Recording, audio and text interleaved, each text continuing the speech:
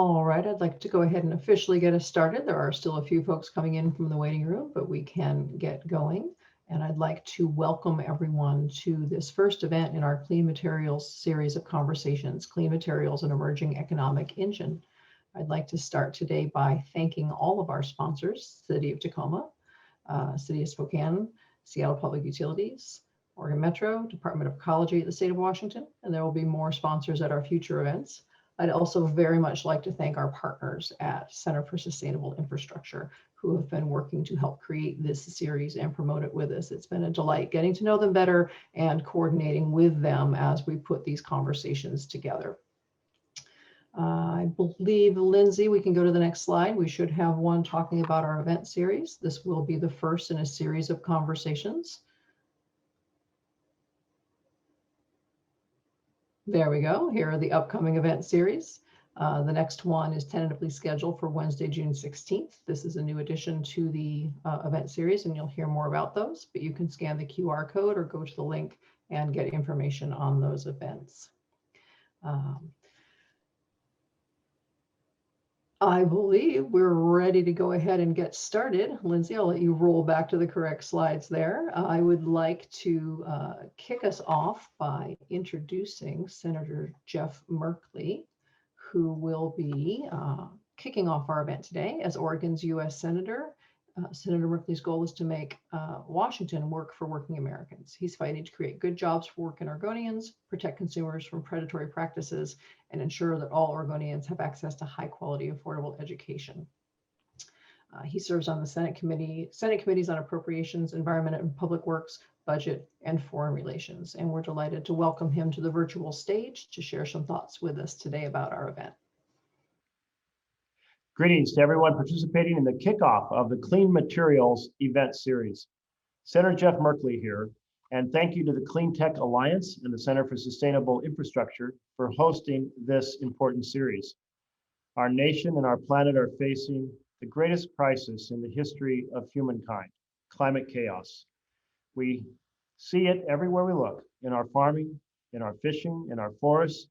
We see it in the record-setting global temperatures year after year. We see it in the longer, hotter, drier summers, giving us more devastating droughts and more devastating wildfires.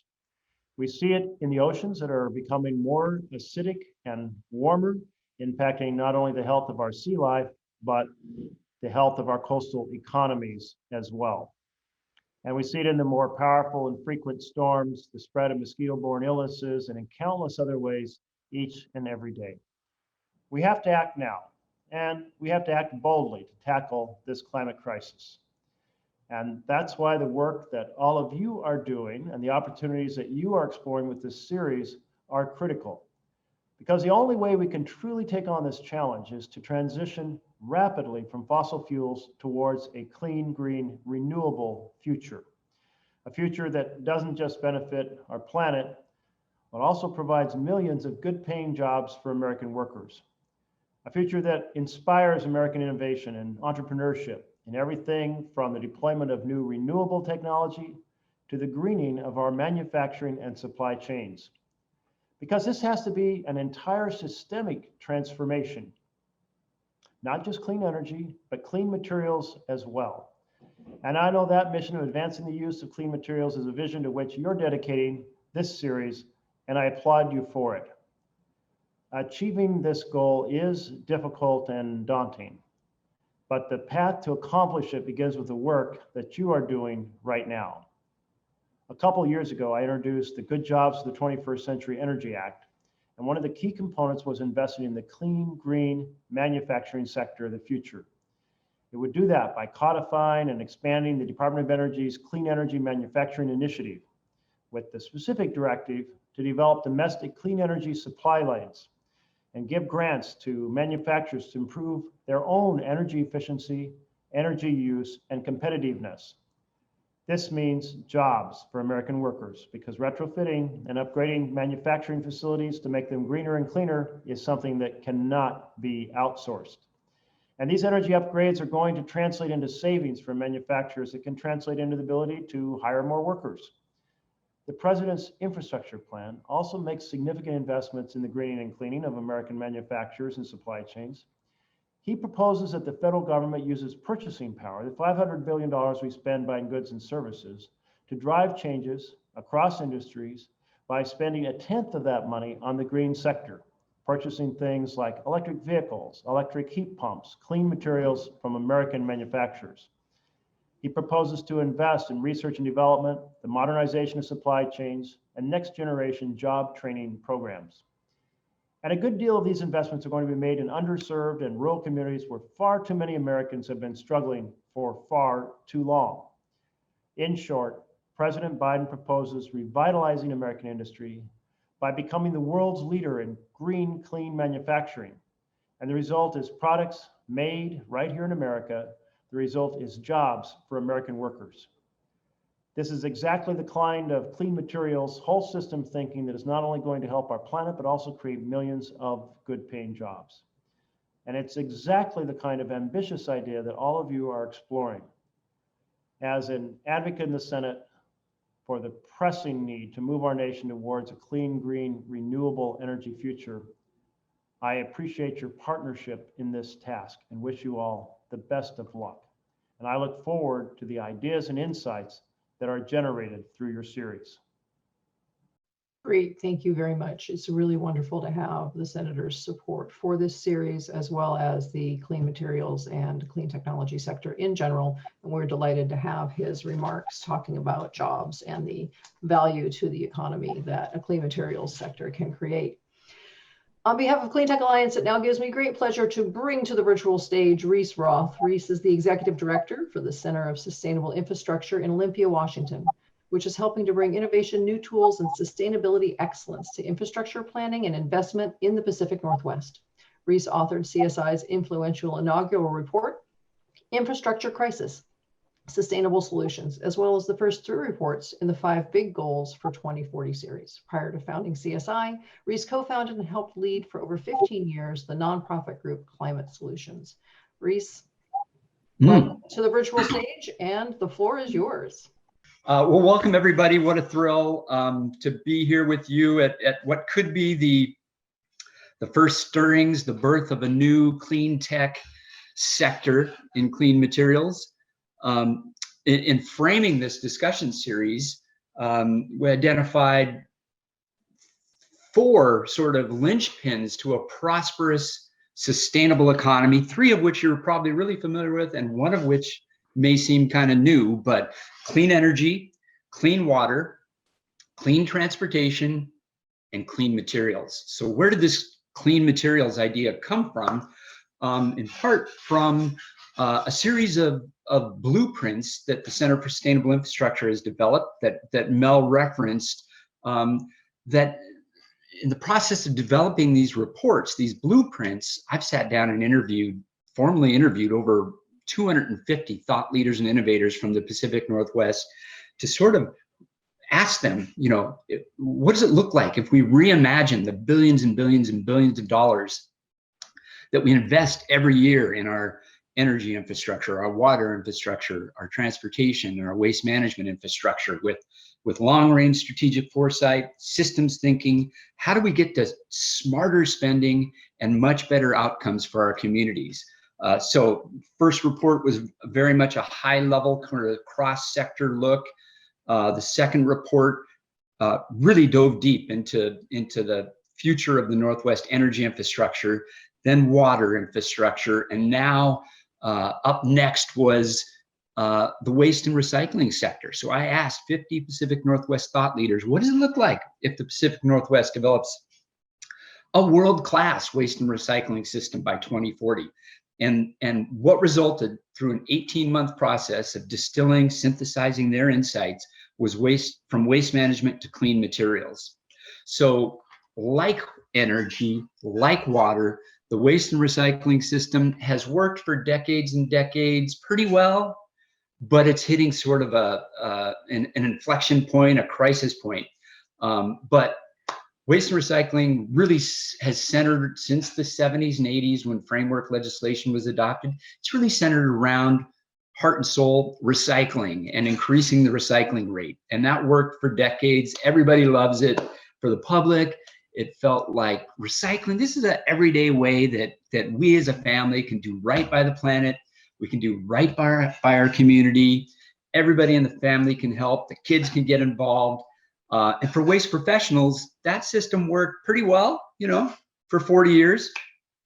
But 4 change drivers really are converging to transform this sector. So first up, we all saw this collapse of the export markets for recycled materials. We built a system that collected up all this recycled material and then shipped it off to China and Southeast Asia and said, you guys deal with it. You guys actually recycle that.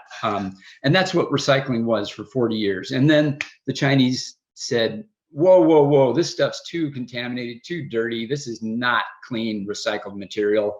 We're not taking it anymore.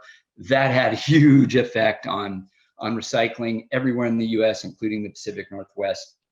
Second is the realization that even though waste reduction and waste prevention was always at the top of the hierarchy, the most important, supposedly, waste strategy that we had in our policy, it actually hasn't worked. We actually haven't prevented waste overall. Waste has been increasing, and that hierarchy has failed to work in actually preventing waste.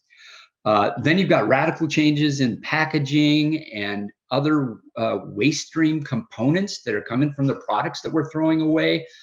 Proliferation of plastics. You get this multi-layer kind of laminated materials that are just really hard for waste systems to deal with. And finally, maybe most importantly, the recognition that most of the damage to the planet and to our health that happens from our stuff, all the stuff that we buy that eventually becomes waste, it happens before we actually toss it in the recycling bin or the garbage bin. And if you look, particularly, if our goal is really to help people do right by the planet, which they want to do, we can't just focus on end of life when we throw stuff away. That's where the least climate damage occurs along the life cycle of all the materials that make up the products that we buy and eventually throw away. And the clean materials approach shrinks the damages across all the life cycle stages. And you can see here when it comes to climate, over half the climate pollution is coming from the production and supply chain parts of the life cycle, and only a small fraction comes when we throw it away. Toxics, boy, is our economy toxic? It sure seems to be. There are dozens and dozens of toxic chemicals that are in our bodies, the bodies of all of us. And you can measure these toxic chemicals in our blood and our urine. And it's even found, these chemicals are even found in the umbilical cord blood of newborn infants who are just entering this world. And it's in the breast milk that sustains these new babies. So that's a real concern.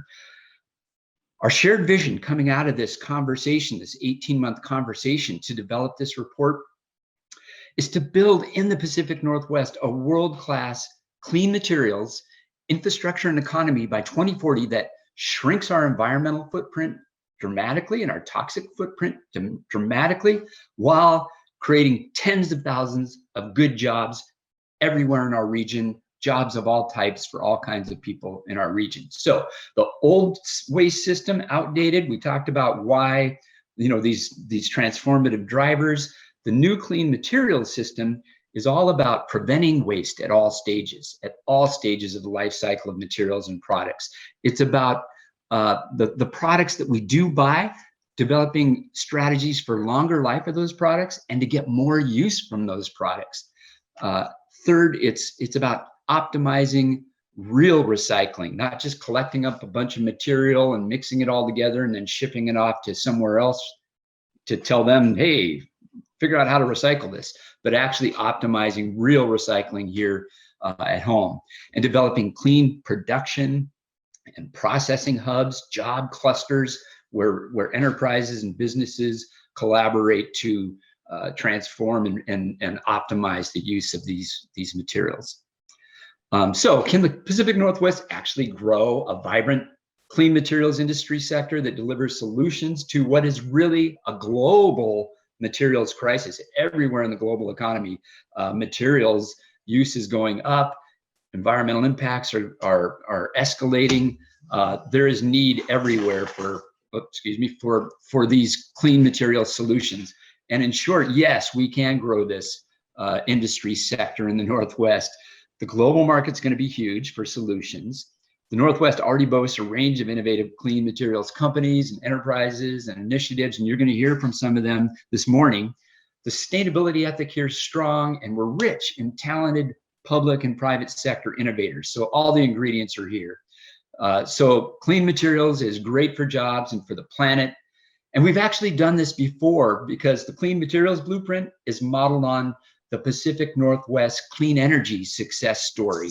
And in 2000, the Pacific Northwest clean energy sector was tiny, but it got organized and found its voice, and policymakers responded. They love the message that economic development, jobs, great environmental benefits can go hand in hand. These aren't working against each other. And today, clean energy supplies 130,000 jobs in Washington and Oregon. And these aren't just knowledge workers, people working at their computer along the I-5 corridor. These are jobs of all types, lots of blue collar jobs, as well as white collar and every colored collar in between, construction jobs, hands-on jobs, rural, suburban, urban, in every part of the Pacific Northwest. That's true in clean energy. That will be true in clean materials. So the power of clean tech is really about driving change across the supply chains. It's a nascent sector, clean materials, but we're ahead of where the clean energy sector was in 2001. And with bold action, we can grow tens of thousands of jobs. This grainy, funny old picture is former Washington Governor Gary Locke unveiling a report from my former organization in November 2001 called Poised for Profit in Clean Energy. At that point, there were 6,000 clean energy jobs. This report predicted boldly that we could have 32,000 clean energy jobs by 2020. The reality is we have 130,000 clean energy jobs. This was rolled out at the Washington Technology Center. And really, clean tech companies, technology companies, they look at, they're not defenders of the status quo. They are innovators, they're disruptors. They're looking for ways to supply the marketplace with smarter, better, cleaner solutions. And that's what's needed. That's how this clean materials sector is going to grow. Very excited going forward. Thank you. I want to thank, before I introduce the moderator of our first panel, I want to thank Andy Niededzwiecki, a UW graduate student who's been an amazing intern for us over the last 9 months, helping us to put this session together. Okay, so now if I can figure out how to pass the torch to Juan Carlos Gonzalez to introduce the first panel. Juan Carlos is the Oregon Metro Councilor for District 4. He's a lifelong Oregonian. He was born in Forest Grove, where I lived when I was 6 years old for 1 year. He was raised in Cornelius. He lives in Beaverton now. He graduated from Georgetown University. And then he returned to Washington County to work at Central Cultural, a nonprofit that empowers Latino families throughout the county. He was elected to serve in 2018. He was the youngest and first Latino elected Metro Councilor in the history of Metro. His priorities: advanced justice and land use planning, transportation and investment, action on climate change, and affordable housing policy. And I just got to say, he's one of the smartest and best informed clean materials elected leaders we have in the Pacific Northwest today. So welcome, Juan Carlos. Take it away, my friend. Thank you, Reese, for such a kind introduction. I really appreciate that. And welcome to everyone that is participating today. I have the great pleasure of hosting some esteemed panelists that are doing some incredible work across the Pacific Northwest, and just all around outstanding individuals. As has been mentioned, my name is Juan Carlos. I serve on the Metro Council here in the Portland metro area. and just generally really excited for the speed talk session that we have. Clean Materials is about transforming our current and dated approach to waste and recycling, from primarily managing waste at end of life to rethinking our entire supply chain and dramatically reducing our health and environmental impacts while creating economic opportunities across the life cycle of materials and products. This is a game-changing approach that Metro is eager and committed to helping to lead this transformation. We value the innovation, not just as a mean to think outside the box to solve these complex community issues, but also really as a way to bring in people with diverse experiences and backgrounds to share the benefits of this problem solving.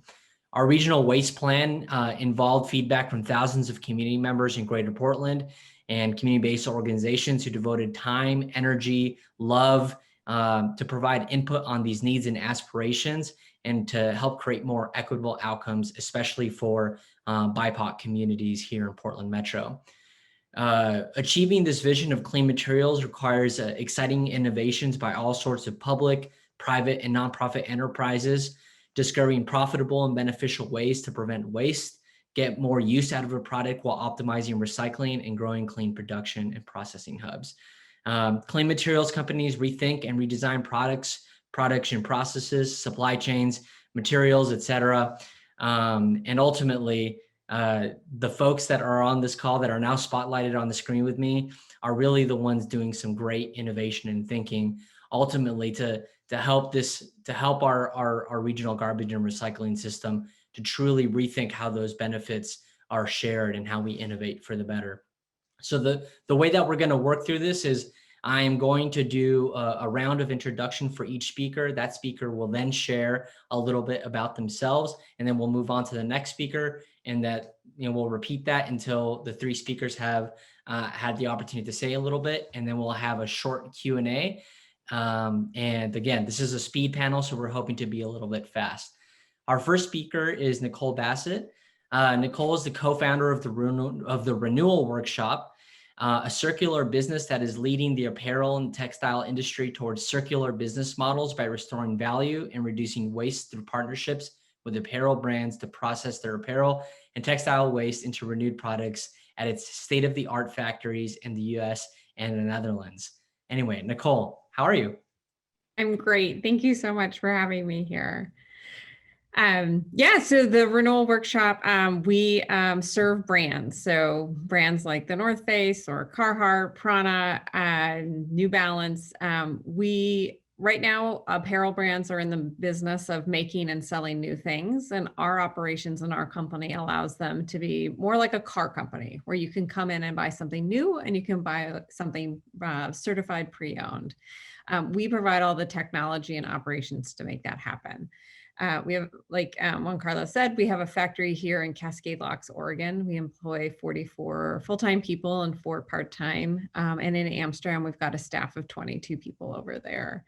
We extend the life of clothes. So as Reese said, this is something that we have to start thinking about with materials. These items otherwise would have gone to landfill or more often sent overseas to developing countries, which don't have the infrastructure to process those products either. Our mission, we started in 2015, has been to help apparel brands recognize that they can change their business models by making less stuff, but also generate revenue from the stuff that they've made already. And this is really important if we want a green manufacturing economy, because the waste is already in market. So all this product was designed and delivered to the US.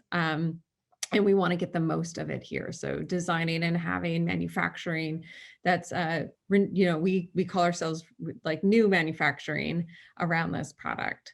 It's really interesting in the last 5 years, brands went from saying, I will never resell my product. And now we have a growing new business model that a lot of companies have started to invest in. And I'm really proud that we were on the leading edge of this transition. I encourage all of you to check out our website, renewalworkshop.com, and then some of our brand partners, the North Face Renewed, or Koyuchi, which is a home goods company, Renewed. And by purchasing not new items from brands really starts to force them to start to think that there's a real market here and creating demand so that they start to change their business models. So thank you. Thank you so much, Nicole. I'll now introduce Orlando Simpson, the CEO of the City of Roses, also belovedly called CORE.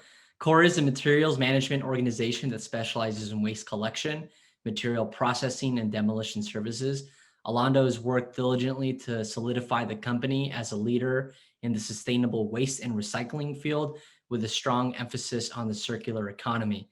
Orlando has high aspirations for the Portland metro region and hopes to build a 21st century sustainable ecosystem that fosters a vibrant economy, environmental stewardship, and equity for all people. Orlando, please. Thank you, Senor Juan Carlos. Thanks for having me today, everybody. Appreciate the platform to talk about this important topic that is going to be what I would perceive as the most important conversation of the 21st century. And yes, as Juan Carlos alluded to, our company for 24 years has been called City of Roses Disposal and Recycling. And we are going through a rebrand right now, transitioning because most people refer to us as City of Roses. So we decided to just turn that into an acronym and call us CORE. But furthermore, it made more sense because we could focus on what we really care about, which is the circular economy and closing that loop. And more importantly, diverting wasteful thinking, which is, we believe, the society has unfortunately been indoctrinated in through the years of evolution, but the 21st century is going to have to liberate us to think a different way. Our main goal is really to divert waste from landfills. That's really what this is about. And within this pursuit, we're encouraging society to divert, wasteful thinking, as I alluded to. As 20th century model of the out of sight, out of mind will no longer work in the 21st century. It is more than just things you throw in a trash can. And I would be more than happy to dive into that later. I don't want to consume a lot of time, but just for everybody's kind of moral compass, think about things in society right now we perceive that is not valuable, whether that's human capital, whether that's water consumption habits, whether that's things we throw away or food that we no longer eat on our plates. There is a paradigm shift I think we need to all embrace and go through as we prepare to create a future for our next generation. So thank you, sir.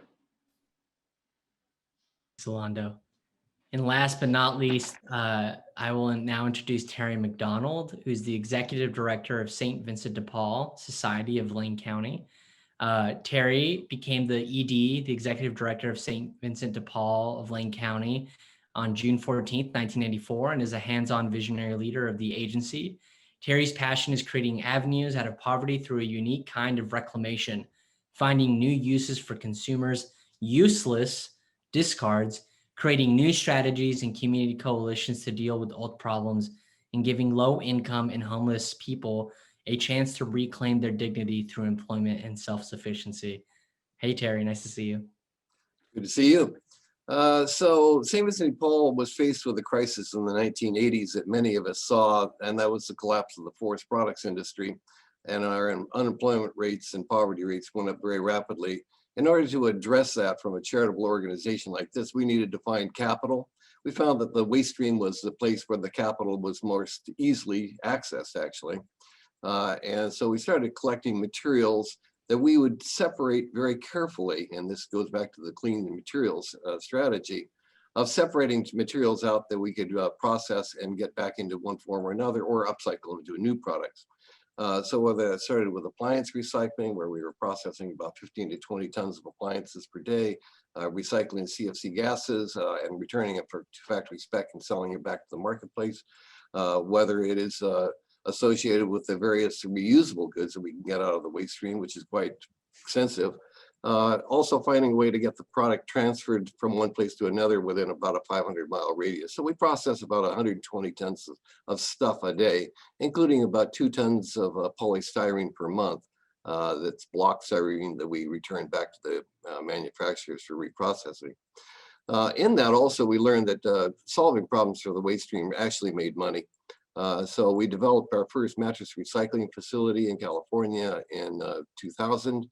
We've been processing mattresses for about the last 20 odd years. both through product stewardship programs and then just with groups like Metro or Lane County Solid Waste or so others. And we process and deconstruct about between 30 and 40,000 mattresses per month.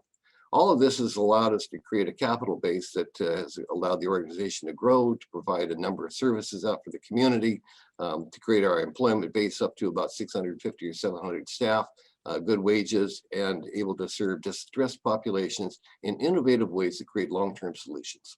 That's it. Thanks, Terry. And we have a really engaged audience, and I really, really appreciate that from folks. So I'm going to just go ahead and read some of these questions that we have. And it looks like most of them are addressed to the three of you. So I really welcome you to unmute and answer as you see fit. And I did get a signal from Reese that we have until 10:50 to answer questions. So if that'll help you kind of self-moderate as you answer, I hope that helps. A question from Ted: what obstacles do you face in growing your business?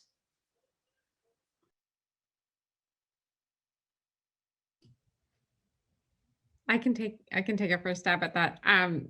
What's interesting is I think the biggest obstacle we face is sort of the undoing of the linear economy. And right now, our main client are actual apparel brands, and they're just so used to, for decades and hundreds of years, making products new and selling them, and they've never designed their business models nor their supply chains post-consumer what to do with the products. So it's a lot of unlearning and relearning how to then operate a company inside of circular. I think the exciting news is that it's happening. A lot more companies are having the conversation, and we're starting to build out what a new supply chain starts to look like. I think the other one is funding and financing. When you're talking about new business models like ours, we touch things. We're trying to extend the life of our product. A lot of funding and financing is highly in tech and not in the stuff. And that also is a challenge for us. Yeah, it used to be capital. It's now labor. So we have a tremendous labor shortage across the marketplace, especially skilled labor in very many different areas. And so what used to be a real problem for us, at least, was capital and capital creation, but now it's really labor.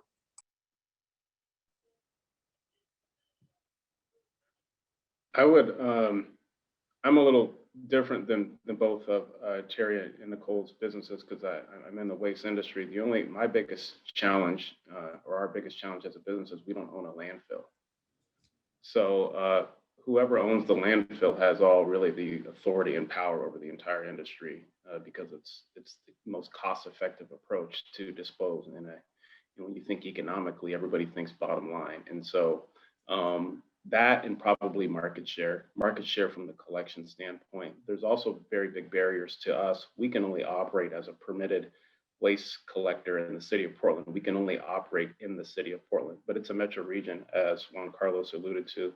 So there's several cities, I think 23 or something like that, cities within the metro region. We can only operate in one of them. However, the really big corporations who own landfills can operate in every municipality. So there are different efficiencies and ways in which they can provide a more cost-effective service than we can.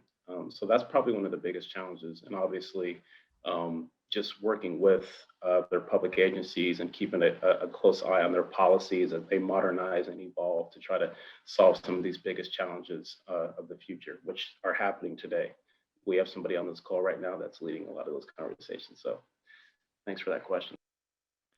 Great. I love hearing the different angles that we're approaching that question.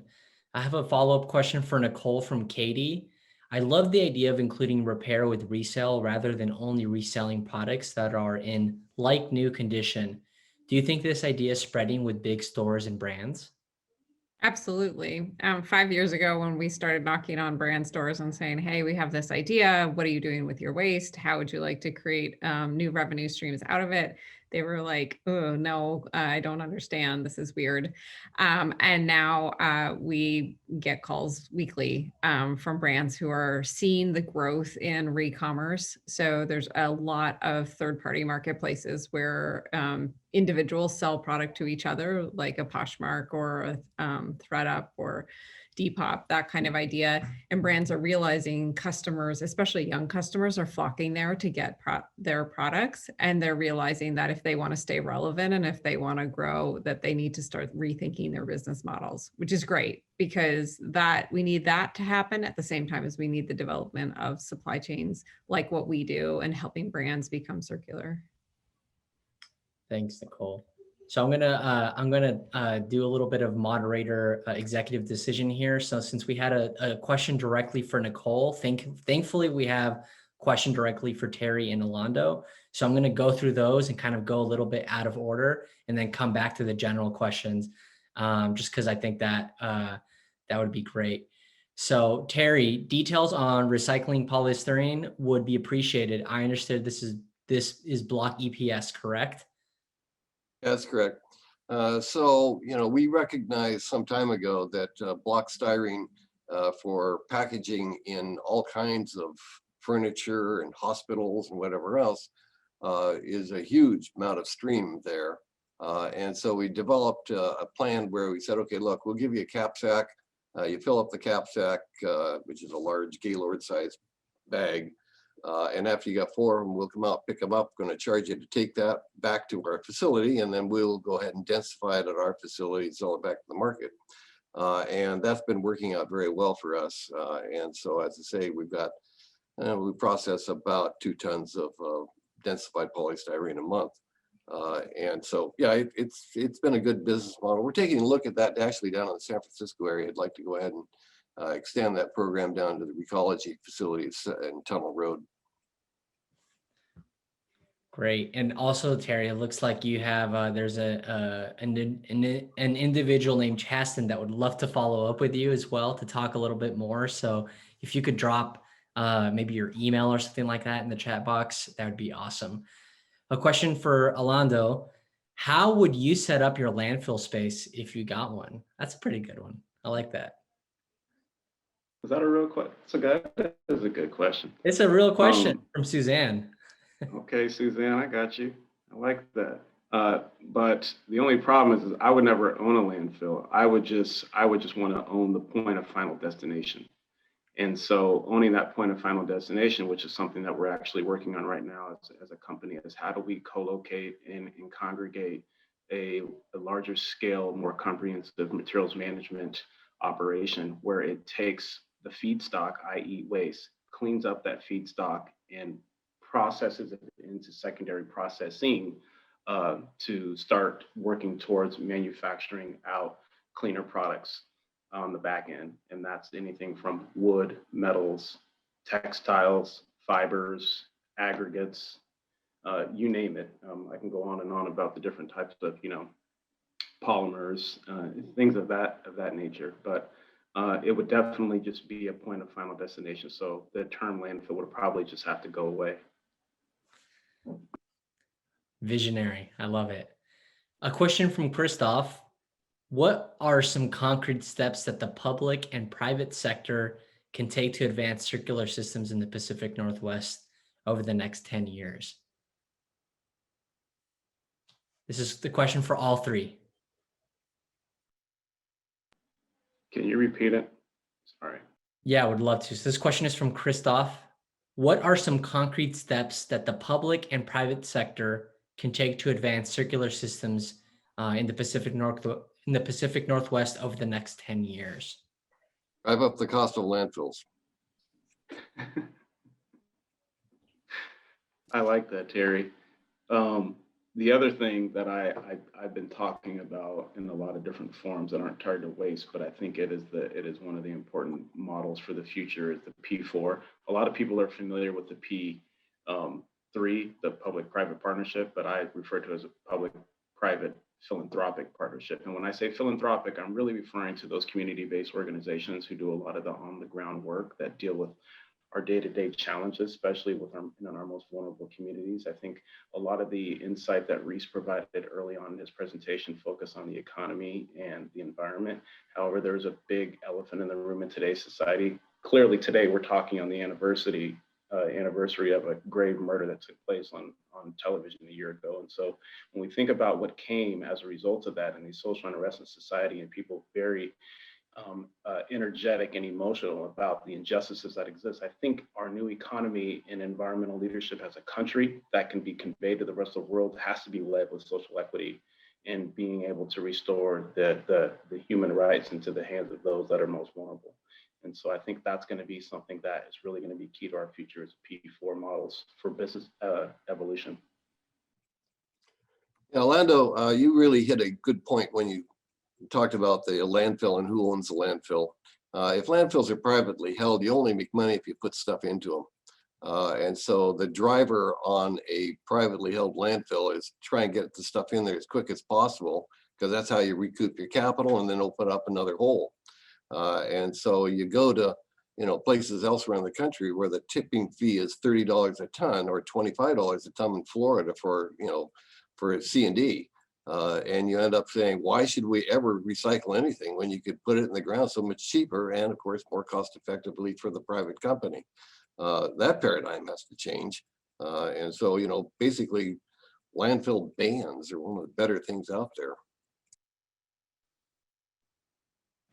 Yeah, I'll add that I think that we have to start shifting responsibility back to, if you're going to make something, that you have to be accountable for the entire supply chain and where it goes next, and making sure that that's being invested in. I think right now the apparel industry has relied on the fact that the charity market and people it's getting dumped on communities that are happy to take the waste, when it's really like, well, we're actually underpaying and dumping a problem onto an unfunded group of people. And so the industry has never had to take responsibility for what it's made and where it goes and what it's made out of. And apparel and clothing's made out of monstrous hybrids. We've got multiple material types all mixed together that don't have a recycling solution for it. And so if we're going to make it, we have to be responsible for where it goes next. And I think that's where public accountability is really important. There are a lot of voluntary initiatives happening inside of our industry, but it's slow. It's far too slow, in my opinion. Well, actually, Nicole, you're pretty much, again, hitting it on the head. The European system of product stewardship is very different than the American system of product stewardship. And that difference makes a difference in how all of this product gets finding a useful life elsewhere. So if you make it in Europe, you can't sell it unless you have a way to get rid of all the stuff in that product. Whereas in the United States, product stewardship is, well, we'll get money to pull it out of the waste stream, but not necessarily find a way to get it recycled, or to have materials out there that you can't recycle. So, that kind of product stewardship, unless you have the full closed loop, just doesn't work. It's a really great point, Terry and Nicole and Yolando. I think that especially from the public policy perspective and the public role that I hold at Metro, I would say that it feels like a lot of the decisions that we're able to make are very downstream in terms of, we're dealing with, this is what the economy, this is what the industry, et cetera, this is the situation that exists, and we need to manage and do the best with what we have. And to just add my own thoughts to this question from Christoph as well, is we need a lot more tools upstream that really help share accountability for what goes into the waste system and what is reused, not only for the public sector, but for people pulling raw materials to the people that are manufacturing them, and of course people that are taking things to market. So sharing that responsibility, kind of rebringing the externalized costs that people just kind of put into the oceans or into the air, and really kind of owning that, I think is going to be a really important challenge, especially if we're going to address the climate crisis in an urgent manner like we need to. So I think a lot of these changes actually we need to really talk about them in a way that is framing, we need action in the next, 1 to 3 years, not 5 or 10 years, if we're going to make significant progress. Anyway, back to the questions. We have 2 minutes left. Time just kind of flew by, so this will be our last question from Larry. Any thoughts or progress on districts to co-locate industries and reduce transportation costs? I could probably spend about 4 hours talking about this, just vomiting all over the screen, because I think it is the most logical, practical thing for us as a society to focus on going forward, especially as it pertains to economic development and just thinking about ways in which we can modernize our industrial sectors that supports a more green economy and fosters green collar jobs.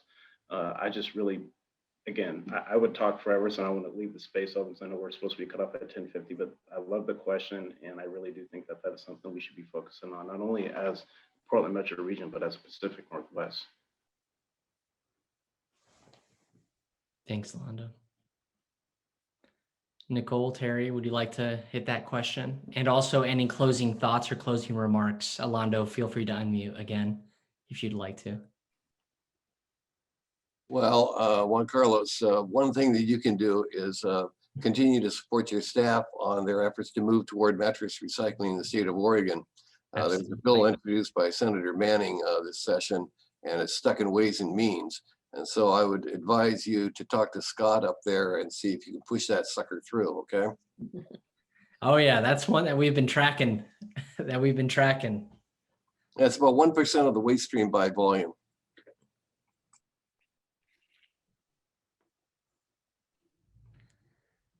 All right, folks. Well, it looks like we've hit time. I want to really give a huge thanks to Terry, Alondo, and Nicole for sharing their insight. And these are the innovators on the ground that are actively trying to find solutions and create the circular economy, as we've been talking about. And the policy officials.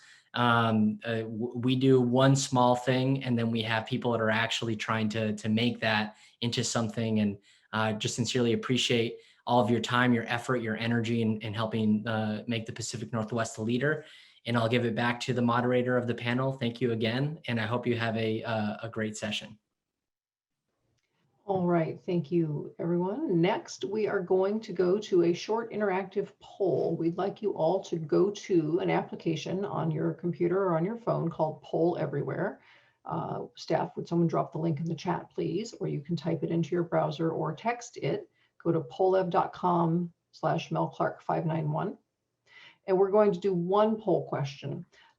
Tips for using this app to keep your answer together: you need to hyphenate in between each word. So if your answer is clean materials, you'd say clean hyphen materials so that it doesn't split your words up. You can type more than one answer. You can repeat other answers that you see in the word cloud. It will appear real time as we build the answer to the question as a group. And if an answer is repeated, it will become increasingly larger on the screen. So go ahead and go to the next slide, Lindsay.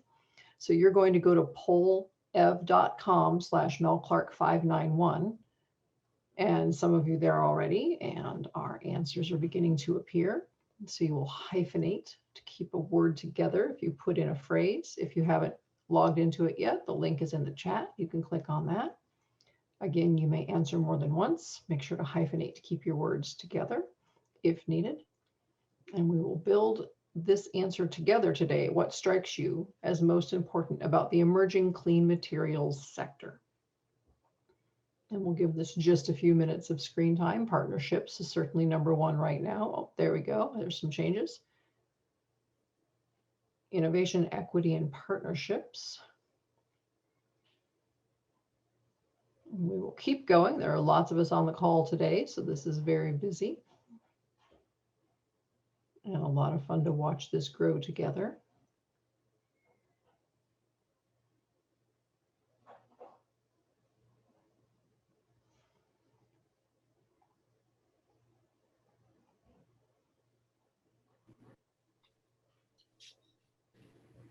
We'll give it about 1 more minute. Type in your last answers.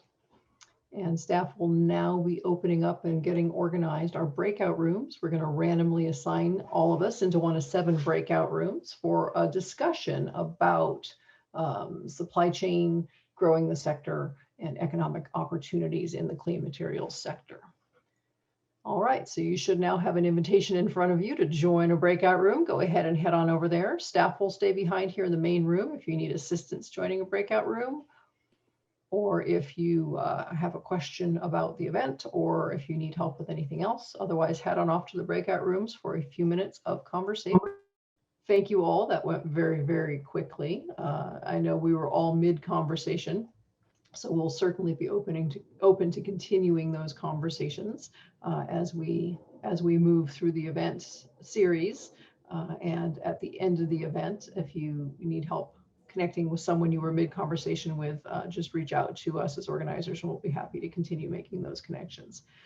At this time, I am happy to turn the stage over to Maud, the executive leader of Career Connect Washington, former president and CEO of the Seattle Metropolitan Chamber of Commerce, and she is going to take it away and organize this next session for you. Thanks for joining us. Thanks, Mel, and hello, everybody. And great discussions and great information in the prior panels, so thanks for that.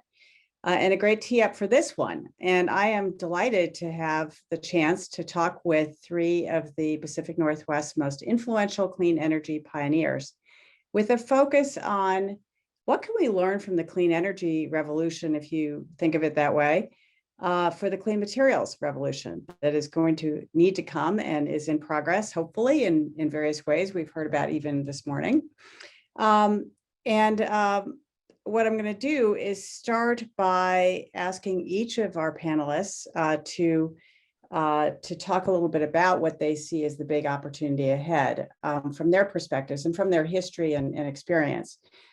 Briefly, I am thrilled with introducing the 3 panelists. Christine Irvin is the really amazing leader in the green market transformation. She's the first president and CEO of the U.S. Green Building Council, but she went on and was Assistant Secretary of Energy for President Clinton.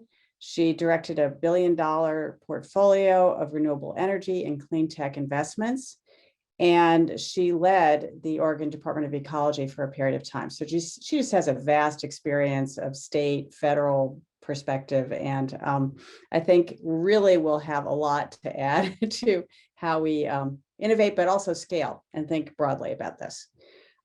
Nancy Floyd is the founder and managing director of Nth Power. And that's an energy venture capital firm. And she's going to talk to you about what that means in a moment. She is one of the first, or I guess the first, and one of the most experienced investors in startup companies in this space, including market leaders in renewable energy, energy efficiency, smart grid, clean transportation, clean materials, green buildings. And she serves on a number of boards of directors for many nonprofit and for-profit ventures and associations, including Hannon Armstrong, which is the first public company in the U.S. dedicated solely to investments in climate solutions, with more than $7 billion in managed assets. So for those of you aspiring entrepreneurs who want to get into this sector, Nancy's a pretty good person to know. So I really encourage you to make connections with her if you don't already. And then David Chen is the CEO and chairman of Equilibrium Capital, which is an investment management firm dedicated to sustainable prosperity through markets. It invests and innovates in sustainably driven real estate investment strategies and products for institutional investors. One really key business line is a controlled environment agriculture program, representing a $600 million portfolio of investments centered on advancing indoor ag technology and greenhouse facilities. I could go on about other things that he has done, but I think you'll get a chance to get a sense of David's work when he talks about what he sees as the connection between the work he's done and the clean materials sector.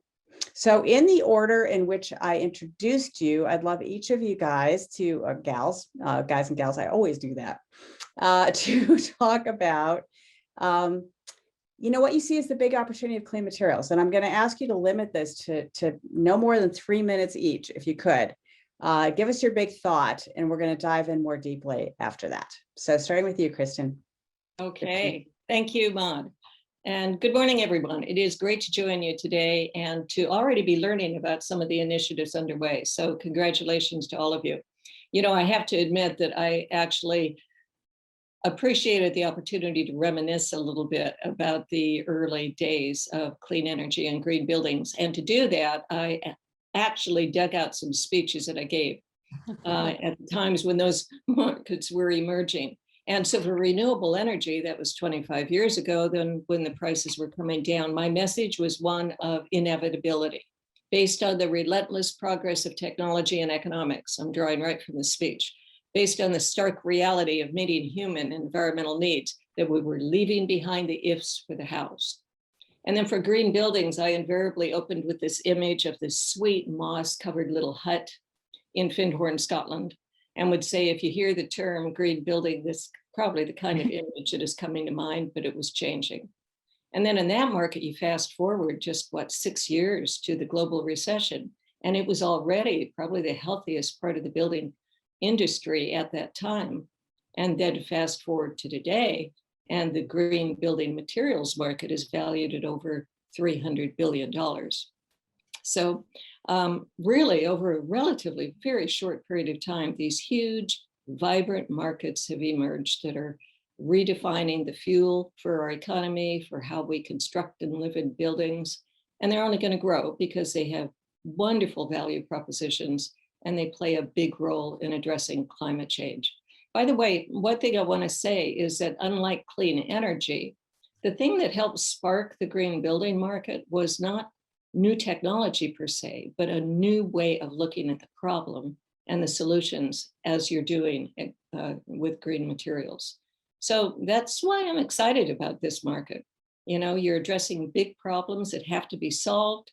You're engaging deep reservoir of expertise from across this region to strategize on solutions.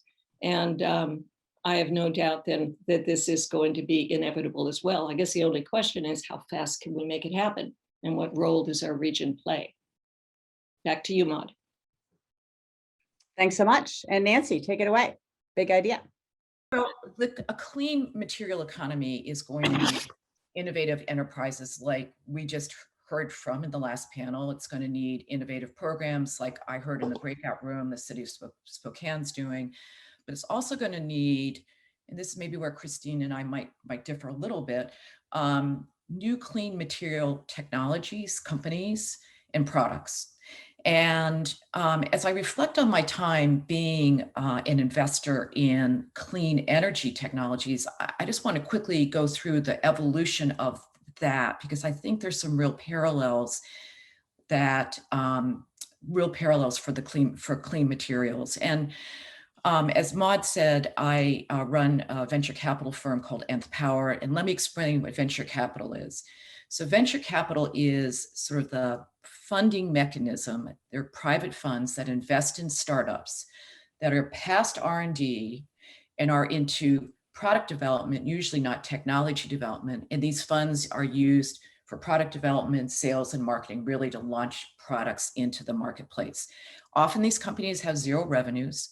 When we invest, we have an ownership stake in the company, and the way that venture capitalists make money is you either sell the company or the company goes public. It's been, this coming July will be 30 years since starting Nth Power. We were the very first firm to specialize in clean energy, and we've probably reviewed well over 30,000 business plans, and we invested in 56 companies. So you can see that VCs generally invest in a very small percentage of companies. By the way, it doesn't mean all good companies should be venture funded. So let me leave that there because there are plenty of good companies that don't get venture capital. And by the way, of those 56 companies in our last fund, our fourth fund, we invested in 3 clean materials companies. And They did not end up being wildly successful. I could talk about it later. We did sell 2 of the 3 and 1 failed outright. But you know, as I think about what has evolved, you know, the investing in clean energy started in the 90s, in the mid 90s. And the first wave was really about, had nothing to do with climate. And by the way, it's had nothing to do with climate until really in the last, you know, 5 to 10 years. The first wave was about utility deregulation. Utilities were thinking there was going to be competition, and so they were looking for market differentiating products and services as markets opened up, because kilowatt hours are commodity products. And that really drove the early investors in clean energy to focus on smart grid and energy efficiency technologies that, you know, could differentiate utilities. The second phase came in the early 2000s, and this is when the Pacific Northwest really woke up and said, clean energy is a huge economic opportunity. And the region responded with favorable legislation, and actually the state of Oregon, and Dave knows more about this than I do, and we were put money into funds that were going to invest in the region and also invest in clean energy. And that was driven by the fact that investors were waking up and realizing there were 3 billion people in the world without access to energy, big opportunity. There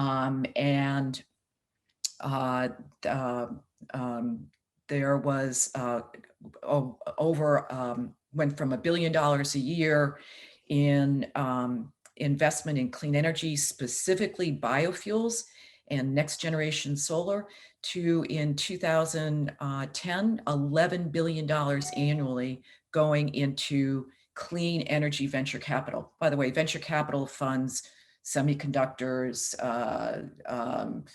software, I mean, all kinds of things, clean energy being a subsector. But by 2010, it was one of the largest sectors in venture capital.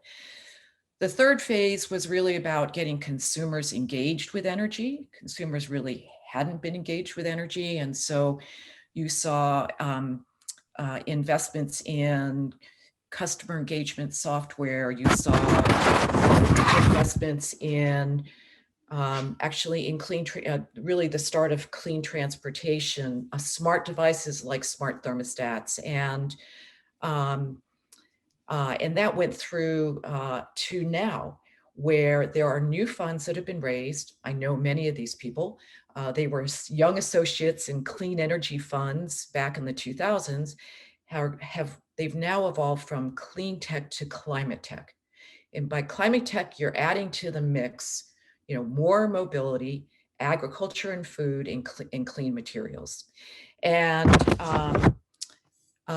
you know, I think the climate tech is happening now as it dovetails with many, many corporations that are making carbon net neutral pledges. And of course, in fact, there are over 1,400 companies that have made carbon net neutral pledges. And one of the ways they're going to be able to meet those pledges is by deploying clean materials. It's really going to be a critical part of their strategy to meet their climate goals. And these are products that are either, you know, made from recycled materials, made from waste streams that help with carbon capture. Hence, I think the timeliness of this forum, and I think as Reese mentioned in his opening remarks, you know, this is a region that created 130,000 jobs in clean energy from nothing, and I think is really poised to create significant job growth in clean materials because of its success in the clean energy sector. Great. Dave, over to you. Thank you. Well, first of all, thank you for letting me attend this morning and talk about this topic. What we do at Equilibrium is that we're an institutional investor, and as Maud introduced, some of the things that we do are investing in sustainable food and agriculture, specifically in the area of advanced controlled environment, which includes things like greenhouses. But the other thing that we do is that of our $1.6 billion that we invest, the other thing that we do is in the area of what I would call wastewater energy. And that includes things that were actually spoken about earlier in the earlier panel. And that is large scale composting. We're one of the largest producers of farm and animal produced renewable natural gas, RNG. We produce landfill gas, and we're exploring the area of large-scale pulp recycling. So we're all over this sector, and if I had to leave you with three large thoughts pertaining to this morning. One is, well, first of all, I think the summary of this morning's earlier panel was timing is everything, and timing is now. And what I would say is that a large number of what we're going to be talking about can be encapsulated in, I think, two broad phrases. One is climate adaptation infrastructure, and the other one is carbon transition infrastructure. And therein are the three major comments that I would make.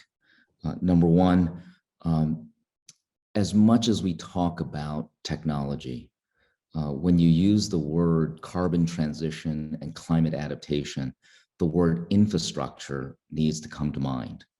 And as much as we focus and love the idea of technology, let's call it solar cells and windmills, the technology of those things, what we actually think about in the revolution that took place in the last 20 years is the massive number of farms that are now all over our countryside and increasingly our shorelines. That is wind farms and solar fields. All right, so those are infrastructure. Those are the building of the assets that actually produce and use the technology to produce our energy and then distribute our energy. So infrastructure is oftentimes misunderstood, and that is a massive capital issue. So you may put 20 to 50 to $100 million in venture, but you'll put $1 trillion into the energy infrastructure. Number two, regulations, and I know that there are regulators and legislators on this call this morning. Regulations can catalyze and send very powerful market signals. If I would tell you that the one major thing that has happened in renewable natural gas, it's the California regulations. All right, and that single catalyst has created what is now a multi-billion-dollar chase to, by in many cases, oil companies like Chevron, Shell, BP, to accumulate and catalyze the consumption and distribution of RNG. The third is something that was implicit in this morning's panel, and that is, it's a great idea, but the ecosystem needs to be mature enough to be able to do that. So in order to be able to recycle or reuse clothing or styrofoam or mattresses, you need to have the full ecosystem to be able to not only create materials and designs that can be taken apart, but also really simple things like the method and the containers necessary to capture the clothes so that they can be brought back and reused and distributed and sorted. And so all three of those pieces have to come together on top of all the technology, the infrastructure, the powerful market signals, and then the maturity of the ecosystem. And I'll turn it back over to you, Maud. Well, thank you, each of you, for those comments. I think I'm going to try to delve in a little more deeply with each of you and the ideas that you raised and see if we can kind of take it that direction, if that's okay with each of you. And I'm actually going to kind of go reverse order here and start with Dave, who just outlined three big things that he sees on the landscape ahead that are going to help us kind of, that are key ingredients, I guess I'd put it that way, Dave, to a clean materials kind of revolution. And I am wondering what you, from your experience in the clean energy sector, could tell us about how do we make significant progress quickly on those three different topics? What's your advice to this group in terms of trying to move this agenda forward rapidly on those three areas? You know, I think that it all starts with demand. We tend to think about supply, the supply of technology, the supply of materials, but it all starts with demand. And what can you create that starts the demand cycle? And you know, if you look at the lessons learned from renewable energy, it wasn't the fact that we had the invention of solar cells. It wasn't the fact that we invented the windmill. It was the fact that demand started this. And demand can come from multiple avenues. It can come from consumer appetite. It can come from regulatory incentives. You know, I think what Christine said earlier is incredibly important. What led to green building and remember, buried inside of the green building standards LEED was actually reuse of materials. A huge part of it was reuse of materials, but that was all talk for a long time. So what broke the chicken and the egg? I think Christine would probably tell you that the U.S. government, federal governments, is one of the largest consumers of real estate, office real estate, storage real estate, and in many ways, by them adopting the LEED standard and setting green building standards for the leasing of buildings in the federal portfolio, which is massive, that was demand side signaling. And what markets are really good at is meeting market signals, and sort of the rest is history. Great. And so Christine, perfect intro to what I wanted to talk to you about, which is, you know, if that was sort of the market mover for green buildings, in your opinion, what kind of similar movement, what kind of similar big U.S. government kind of big policy goal could you imagine, or action could the U.S. take right now that would really advance clean materials? Oh, I think Dave and Nancy have hit it too. I mean, the procurement power of government is huge, and it's creating that demand signal. So I think, especially if there were some alignment across large regions or the national government for various clean material content, that would go a long way. It would not only send a signal, it would reduce the risk and uncertainty for the private sector and others who are investing time and money into these new products and services. And if you want to talk about speed and scale, probably nothing helps more than to reduce the risk and uncertainty for investment. So I have to tell you, this is a little aside, Dave was talking about the role of the federal government and LEED. Literally on the night that we were launching LEED, our speaker was the administrator for the General Services Administration, the largest property holder in the United States. And when he announced that they were not only adopting LEED, but adopting it at the silver level rather than the lower level, it sent a huge wave of support through the market. It was the single most important trigger. So yes to procurement and standards for sure. And so Nancy, you know, we've heard about the power of the U.S. government and other state governments. California is a great example to kind of set the table for creating demand for products. I'm curious, if you were to go back, you mentioned that you'd invested as a venture fund in a couple of,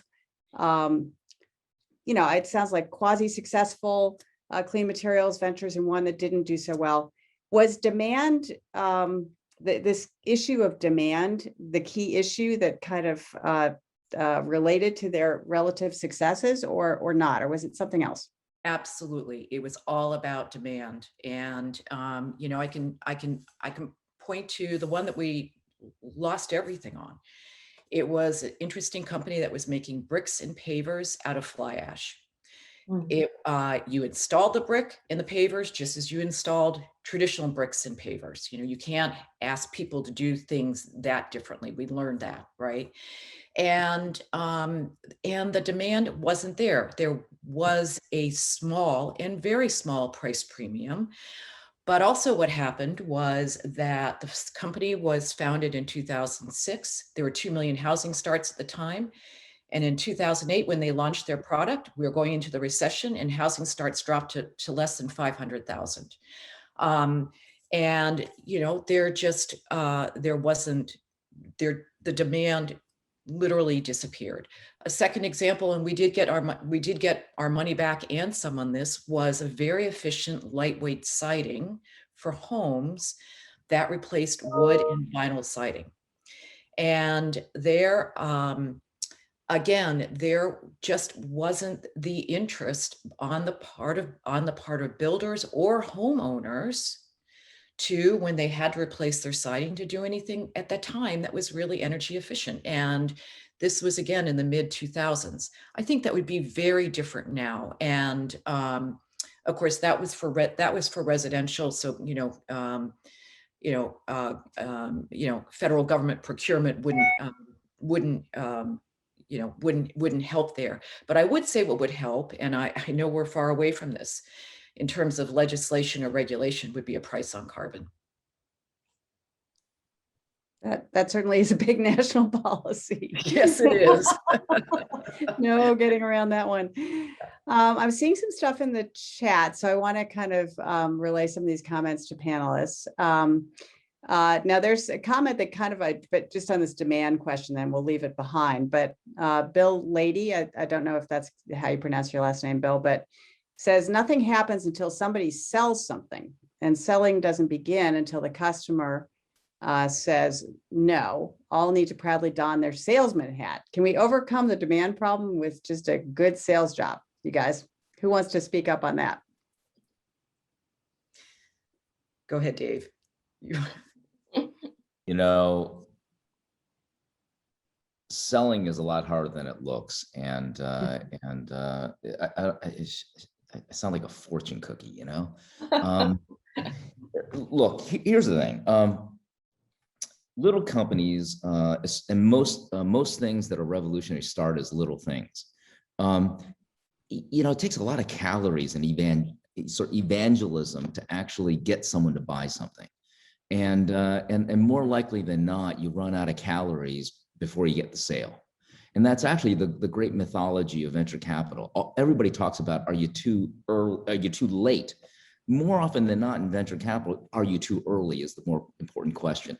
Did you in fact get financing and start to sell long before the ecosystem, the infrastructure, the education, the demand side was there? I mean, you look at how ridiculous anaerobic digestion has been. Anaerobic digestion is the simple understanding that you take feedstock, whether it's animal feedstock, manures, or whether it's farm waste or food processing waste, and you anaerobically digest it with bacteria and it produces natural gas. All right, pretty simple concept. It seems like this should be a no-brainer. Everybody should be doing it. It's been around for, I don't know, 100 years. And it's only within the last 2 to 3 years that it is now becoming an industry. All right. You now have people actually prospecting for renewable natural gas in landfills and going across the countryside to farmers and asking them to buy their feedstock. All right. Why? Because you now have the major oil companies being incentivized that they have to transition from fossil fuels, driven in part by a implicit carbon pricing and a carbon regime. And so now you've got basically billion-dollar budgets that have to be filled across the US buying carbon transition infrastructure, and the easiest form is RNG. I mean, there's nothing that could have predicted this. All right.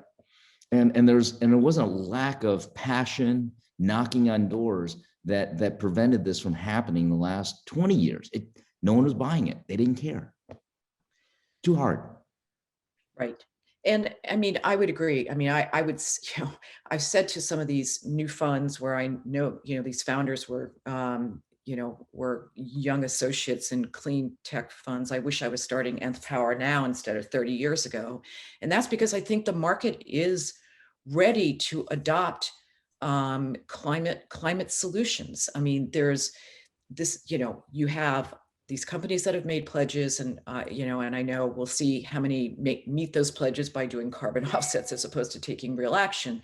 But that's spurred by the large asset managers like BlackRock, State Street, Vanguard. It is spurred by employees, by customers. I mean, there's a lot of pressure on companies to do the right thing vis-a-vis climate. And I think that inherently is going to create demand now that wasn't there 20 years ago or 20 years ago. I mean, Nancy, just to play on that, there's a tendency in human behavior to think things happen overnight, right? Because your Right. memories are short. And everybody forgets that Tesla's been around for God knows how long, right? That's right. And Tesla's been around. Yeah, and listen, I drove the EV1 in 1991. I mean, There you now go. we're literally at a tipping point, with respect to electrification of vehicles. And you're right, Tesla was, was it early 2000s? Yeah, I think it Yeah, was. early 2000s, because I had the opportunity to invest. I should have. Well, but chances are, let's be honest, if you had invested back then, you'd be washed out in I would have successive been, rounds. yeah, because the reason we didn't, and let me just speak, the reason we didn't was because we knew Tesla was going to have to raise an enormous amount of money. And, the most I could have invested was maybe 10 to $15 million, and they needed to raise billions, and they did. So it was not been a smart investment for us, actually. So I'm gonna go to Reese's question here in the chat, and it was one on my list as well, which was basically this one's, I'm going to direct it at Christine, but I'd love to ask each of you this question. But in Christine's case, she really did create, in a way, through her activity, a powerful new industry sector in green building. We've heard about that. Yep. So can clean materials follow that track, or is it a fundamentally different sector with different dynamics? Do you think, Christine? I mean, if you had a magic bullet today, is there something like what you did with the LEED initiative that could really scale this quickly? Well, there are similarities and differences. I think after I left the US Green Building Council, I can't tell you how many people would say, how can we develop a LEED for whatever sector? And I think what made LEED and green buildings successful is designed specifically for that sector with those issues. And so green materials is, first of all, I think it is inevitable, just for some of the reasons that we've been hearing already. There is, if I were to pick one thing that I am most excited about today that is different, it is this flow of private capital. And it is the involvement of institutional investors and regulators, central banks, basically saying, you need to take action. And that is stimulating, of course, a lot of the corporate activity and aggressiveness that we're seeing in some areas, not only because of those regulatory signals, but because those externalities that we've always priced outside the market system, they're becoming pretty tangible. I mean, that's why hundreds of companies have already put their internal price signal on carbon, because they know they have to do that to get ahead of it and to start shaping their investments. So to get back to it, I think the linkages, clean materials is a little bit more abstract in some ways, but it's becoming more definitive through this work and also in the linkages with the other sectors. So for green materials, with green buildings, you're finding more specification for what's the life cycle assessment of these products. How are you specifying embodied carbon in the materials and getting credit for that? Living Building Challenge is also requiring LCAs. So that's a linkage. And now when we're looking at the national security implications of renewable energy going mainstream, that's great. But part of the question of that is, how do we create domestic supplies economically, sustainably in this country? And doing that is going to require more of the work that we're talking about now with clean materials. Kind of a broad answer there, but I hope you get the gist of it. I do, and I'm being told we have like 1 more minute, so I'm gonna really, that went by so quickly.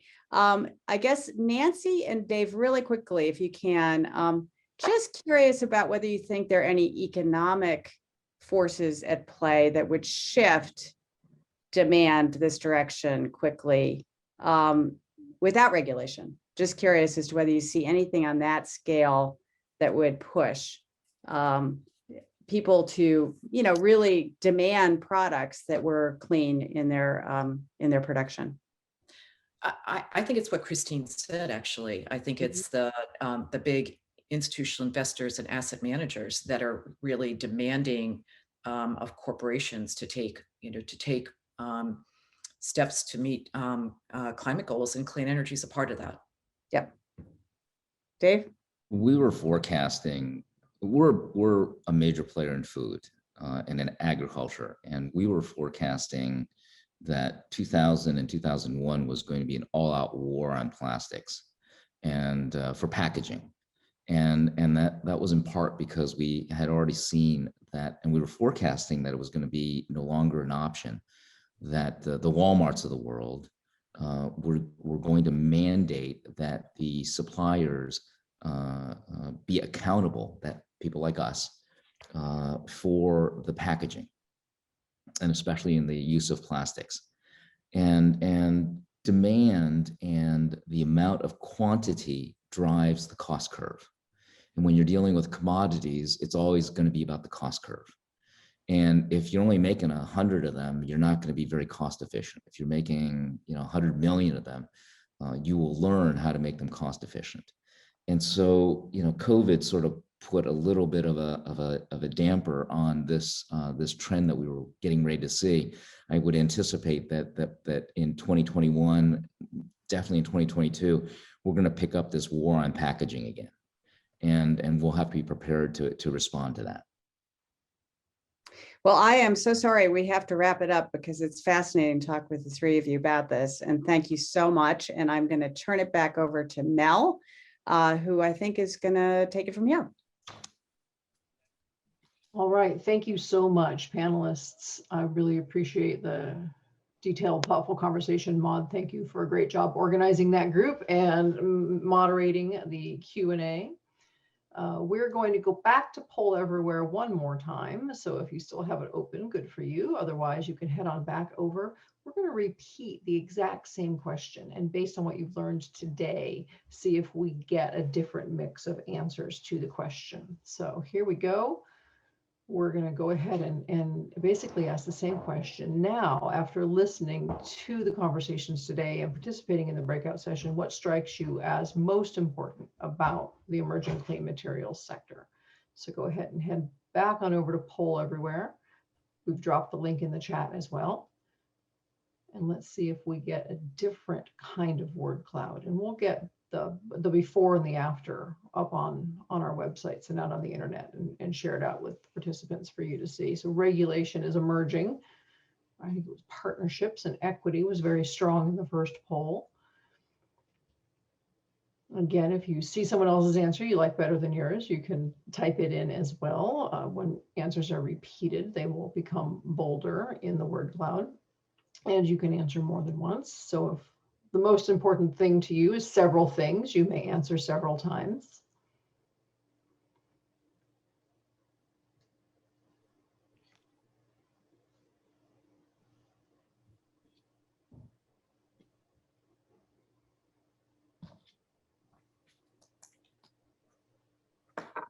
We'll give this 1 to 2 more minutes. Reese, if you're here, you can turn your camera back on. Staff, you can go ahead and add a spotlight and bring Reese back on camera. There we go. Thanks for coming back on camera with me, Reese, not leaving me here all by myself. As this is finishing up, I wanted to take a moment again and thank all of our panelists and all of our sponsors. It's great to have participation from around the region from our sponsors, helping create these conversations about this important and emerging sector. And I really want to thank once again everyone at CSI. Reese, your team has been delightful to work with. It's been great organizing this event with you. We'll give the poll about 30 more seconds. Well, that's happening, Mel. Thank you. The Clean Tech Alliance has been amazing to work with. And I want to thank the panelists and speakers, extraordinary group of thought leaders, innovators. Thank you for bringing your capabilities and talents and a little bit of your mind share to this challenge that we're undertaking with this discussion series. So it's just an extraordinary way to kick it off, and you're amazing leaders. We're really lucky to have you for this event. So thanks. Attendees, if you had questions that we did not get answered during the Q&A portion, you can go ahead and email those in to staff at either organization, and we'll forward your comments on and help connect you with one of our panelists. The link just got dropped into the chat for where to go to register for the next events in this series.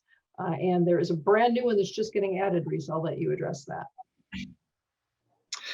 This event, tentatively June 16th, really focuses on the smallest sector of businesses, the 1 to 5 employees that in Washington State make up 300,000 companies. They're a little bit, they have more different challenges than larger scale businesses in addressing the marketplace and growing and finding footholds.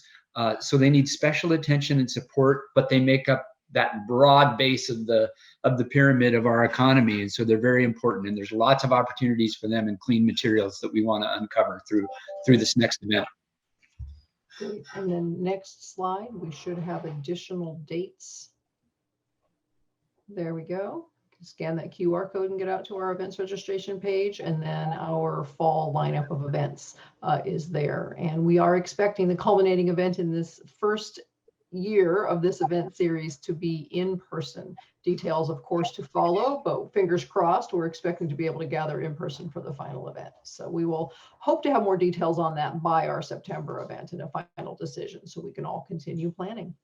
So thank you again very much, panelists, attendees, and everyone at both staff teams that helped coordinate to pull this together. Jennifer and Lindsay from Clean Tech Alliance in particular, we could not have events without your work, and it's been great having this first conversation on clean materials. Reese, I'll hand it over to you for final closing thoughts. Well, I think I shared my final closing thoughts. Just much appreciation for everyone who participated in the conversation and joined us for this today. And let's build a new sector that can help change the world here in the Pacific Northwest. All right, thank you very much. With that, we will end the recording and we are officially dismissed.